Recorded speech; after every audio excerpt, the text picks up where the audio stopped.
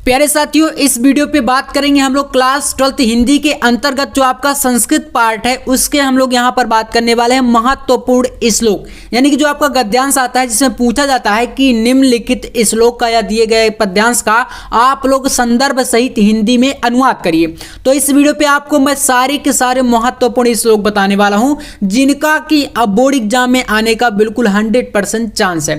तो अगर आप इस वीडियो को पूरा देख लेते तो आपका पूरा 7 नंबर जो है वो क्लियर हो जाएगा। ठीक है, चलिए बात करते हैं यहाँ पर कौन कौन से श्लोक आपको तैयार करने हैं, उनके संदर्भ कैसे लिखने हैं और उनका हिंदी में अनुवाद कैसे करना है, वो सारी चीजें हम लोग जो है इस वीडियो में समझते हैं। पहला देखिए आपके सामने यहाँ पर दिया गया है, एक एक श्लोक आपको अच्छे से समझना, ठीक है ना। और अगर आप 5 से 6 श्लोक जो बता रहा हूँ इनको तैयार कर लेते हैं तो बोर्ड एग्जाम में आपका पूरा समझ लीजिए क्लियर हो गया। ये बात आप एकदम 100% मान के चलिए। चलिए आपके सामने दिया गया है कि निंदन्तु नीति निपुणा यदि वा स्तुवन्तु लक्ष्मी समाविशतु गच्छतु वा यथेष्टम अद्य वा मरणवस्तु युगान्तरे वा न्यायात पतः प्रविचलन्ति पदम न धीरा।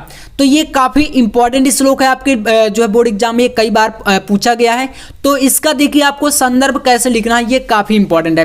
तो संदर्भ में ज्यादा कुछ आपको नहीं लिखना होता, वहां पर सिर्फ आपको ये बताना है कि आखिरकार जो ये श्लोक है आपका ये किस चैप्टर से लिया गया है, वही आपका हो जाता है संदर्भ। ठीक है, तो देखिए यहां पर इसका संदर्भ आप लिखेंगे कि प्रस्तुत श्लोक संस्कृत दिग्दर्शिका के, ठीक है, यानी कि प्रस्तुत श्लोक कर सकते हैं या पद्यांश कर सकते हैं।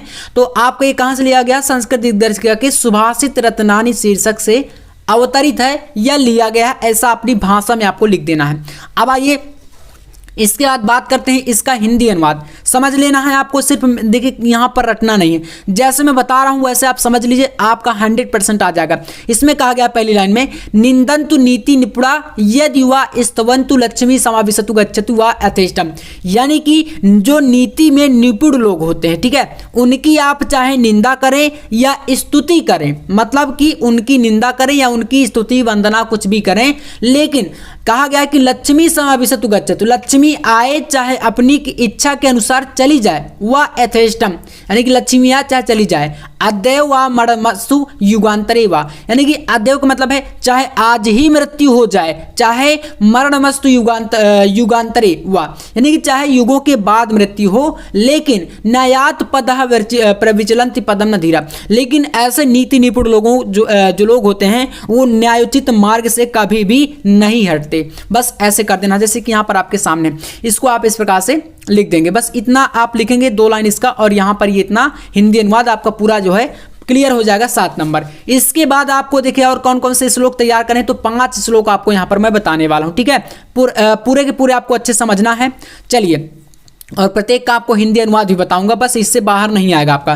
पहला आपके सामने देख सकते हैं, काव्य शास्त्र विनोदेन कालो गच्छति धीमताम व्यसनेन चा मूर्खणाम निद्रया कलहेन वा। इसको कैसे करना समझिए थोड़ा सा इसका हिंदी अनुवाद। ठीक है, काव्य शास्त्र विनोदेन, तो इसका मतलब क्या होता है, जो विनोदेन मतलब जो बुद्धिमान व्यक्ति होता है, धीमताम मतलब कि बुद्धिमान व्यक्ति जो होता है। तो यहाँ पर आपको बताना है कि जो बुद्धिमान होता है उसका समय, कालो गच्छति का मतलब है उसका जो समय बीतता है, बुद्धिमान व्यक्ति का जो धीमताम व्यक्ति होते हैं उनका समय किस में बीतता है, तो काव्य शास्त्रों की चर्चा करने में, आनंद करने में। ठीक है ना, काव्य शास्त्रों की बातचीत करेंगे अच्छी अच्छी, उनमें उनका समय बीतता है। लेकिन बात करें व्यसनेन चा मूर्खणाम निद्रया कलहेन वा, इसका मतलब क्या है, जो मूर्ख व्यक्ति होता है, मूर्खों का समय बुरे व्यसन करने में, सोने में, लड़ाई झगड़ा करने में, इन सभी में बातों में उनका समय बीतता है।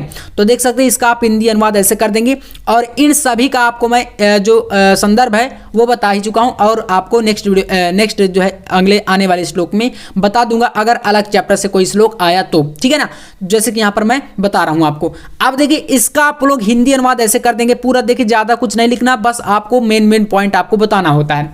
क्लियर है ना। अगला श्लोक देखिए, दूसरा श्लोक आपको यहां पर तैयार करना है, जल बिंदु निपातेन क्रमशः पूर्यते घटा सा हेतु सर्व विद्या नाम धर्मस्य चा धनस्य। आप इसको देखकर तो समझ ही गए होंगे, इसका मतलब क्या है, जल बिंदु निपातेन मतलब कि जिस प्रकार पूर्यते घटा का मतलब है कि घड़ा जो होता है, क्रमशः मतलब लगातार, निपातेन जल की एक एक बूंद से लगातार जिस प्रकार घड़ा भर जाता है, वैसे ही यहां पर बताया गया सा हेतु सर्व विद्या नाम धर्मस्य चा धनस्य चा। तो यहां पर इसका देखिए, यहां पर इसका हिंदी अनुवाद है दूसरा नंबर, कि जल की एक एक बूंद गिरने से क्रमशः घड़ा भर जाता है। घड़ा तो आप जानते होंगे मिट्टी का बर्तन। उसी प्रकार समस्त विद्याओं, धर्म और धन का संग्रह करने का यही कारण होता है, अर्थात निरंतर प्रयास करने से ही धीरे धीरे ये तीनों वस्तुएं संग्रहित होती हैं, इकट्ठा होती हैं, या तो हमारे पास आ जाती हैं, ऐसा कह सकते हैं। ठीक है ना। तो ये इसका आपका हिंदी अनुवाद है, आप समझ सकते हैं। पूरा का पूरा मैंने अच्छे तरीके से इसका एक्सप्लेन कर दिया। नेक्स्ट देखिए आपको कौन सा श्लोक पढ़ना है। तो नंबर 3 आपको पढ़ना है यहाँ पर, उदेति सविता ताम्र इस्ताम्र एवास्तमेति चा संपत्तियों चा विपत्तियों चा महात्म एक रूपता। देखिए इसका मतलब है कि उदेति सविता मतलब यहाँ पर सूर्य को बताया गया। ठीक है ना। उदेति सविता ताम्र मतलब कि लाल। ठीक है ना। ताम्र मतलब लाल। तो जो सूर्य होता है उदय के समय भी लाल होता है। इस ताम्र एवास्तमेति चा और अस्त होते एवास्तमेति यानी कि अस्त होते समय भी सूर्य कैसा होता है, लाल होता है, और सूर्य उदय के समय भी लाल होता है। अब यहाँ पर देखिए संपत्तियों चा विपत्तियों चा महात्म एक रूपता, यानी कि जो ऐसे ही जो महापुरुष महाज्ञानी पुरुष होते हैं वो उनके ऊपर चाहे जितना संकट आ जाए, मतलब कि संपत्ति का मतलब है चाहे जितना वो खुशी हो उनके पास धन आ जाए, विपत्ति मतलब है चाहे वो जितना संकट में हो वो कभी भी ना ही ज्यादा दुख में दुखी होते हैं और ना ही ज्यादा सुख में वो सुखी होते हैं, हमेशा एक समान रहते हैं। तो देखिए इसका आप लोग कैसे लिखेंगे, यहाँ पर आपके सामने है कि सूर्य उदित होते समय भी लाल होता है और अस्त होते समय भी लाल होता है। इसी प्रकार जो संपत्ति या विपत्ति में जो महापुरुष होते हैं, ज्ञानी पुरुष होते हैं, वो एक रूप में रहते हैं, एक रूप में दिखाई देते हैं। ना ही वो दुख में ज़्यादा दुखी होंगे और ना ही सुख में ज़्यादा वो सुखी होते हैं, हमेशा एक जैसे उनका आप लोग चेहरा देखेंगे। ठीक है। तो ये आपका तीसरा हो गया। अगला आपको श्लोक तैयार करना, देखिए विद्या विवादाय धनम आदाय शक्ति परेशान परिपीड़नाय खलस साधु विपरीत में ज्ञानाय दानाय च रक्षणाय। इसका मतलब क्या है, यहाँ पर आपको समझना है विद्या विवादाय मतलब कि धनम आदाय शक्ति परेशान परिपीड़नाय। खलस जो खल यानी कि जो दुष्ट व्यक्ति होता है, खलस का यहाँ पर मतलब है दुष्ट व्यक्ति। ठीक है ना। तो जो दुष्ट व्यक्ति होता है उसकी जो विद्या होती है विवाद करने के लिए, लड़ाई झगड़ा करने के लिए। धनम आदाय जो धर्म होता है वो उसका घमंड करने के लिए। शक्ति जो होती है दूसरों को परेशान मतलब परेशान परिपीड़नाय का मतलब है कि दूसरों को पीड़ा देने के लिए, दूसरों को कष्ट पहुंचाने के लिए ये सब चीजें होती हैं खलस से यानी कि दुष्ट व्यक्ति की। ठीक है ना। अब बात करें साधु मतलब सज्जन व्यक्ति। विपरीत में ज्ञानाय दानाय चा रक्षणाय, यानी कि जो इसके विपरीत जो सज्जन व्यक्ति होता है उसकी जो विद्या होती है विपरीत में ज्ञानाय दानाय चा रक्षणाय, जो विद्या होती है वो ज्ञान के लिए, और जो धन होता है वो दानाय मतलब दान के लिए, और जो शक्ति होती है और रक्षणाय मतलब कि जो दूसरे व्यक्ति होते हैं, कमजोर व्यक्ति होते हैं, उनकी रक्षा करने के लिए होती है। तो अब इससे क्लियर तो आपको शायद ही कोई बताएगा, इससे ज़्यादा आपको क्या ही बता सकता है, यही तो आपका होगा। तो देखिए इसको लिखना कैसे, आपको यहाँ पर देख सकते हैं, लिखेंगे आप लोग कि जो दुष्ट व्यक्ति होता है दुष्ट की विद्या विवाद के लिए, धन जो होता है वो मद के लिए यानी कि घमंड करने के लिए, और शक्ति दूसरों को पीड़ा पहुंचाने के लिए होती है। और इसके विपरीत जो सज्जन होता है, सज्जन की विद्या ज्ञान के लिए, धन जो है दान के लिए, और शक्ति दूसरों की रक्षा के लिए होती है। ऐसे करके आप इसका पूरा मतलब हिंदी अनुवाद कर देंगे और इसी प्रकार से अनुवाद आपको लिख करके बोर्ड एग्जाम में अपने आना है। ठीक है ना। तो आपको मिलेंगे पूरे पूरे नंबर।